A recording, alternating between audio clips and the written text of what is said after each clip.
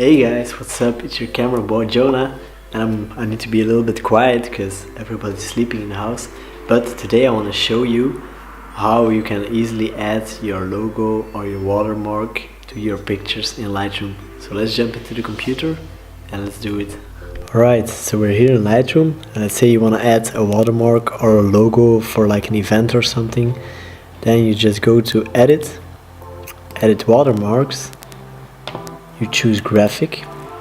Let's say right now I want to use this subscribe logo here. So you got a couple of options.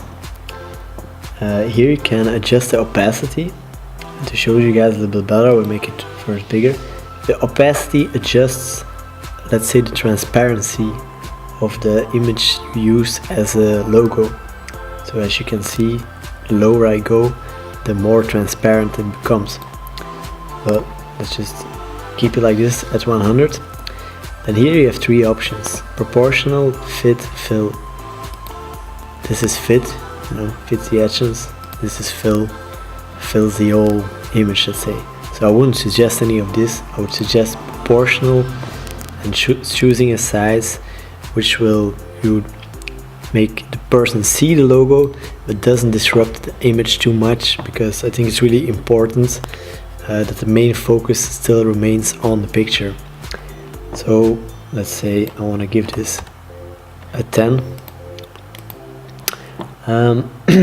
Then you don't have like a lot of options to play around with the position of your logo.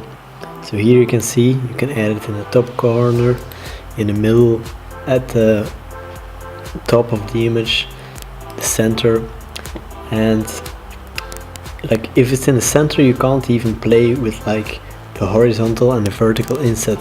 But let's say you choose the left corner, then you can play around. You have like a little bit room to change it horizontally, as you can see here, left to right, or vertically to change it. So that's how you have to choose the position of your logo or watermark.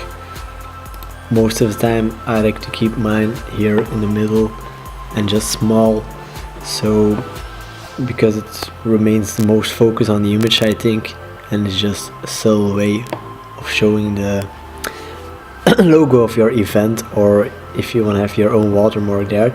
Then if you're happy with the result, you can save it and you will give it a new name. So subscribe. So we create this. Now if we export this image, we go to export, then we go down to watermarking. It's this box is ticked, and here you have to choose subscribe, and now if you export the image, your logo will be there. If you enjoyed this tutorial, be sure to like and subscribe, because I got a lot more videos coming up where I try to educate you a little bit more about photography, videography, gear, or everything else that interests me in the world of photography. So hit that like and subscribe button. See you in the next one.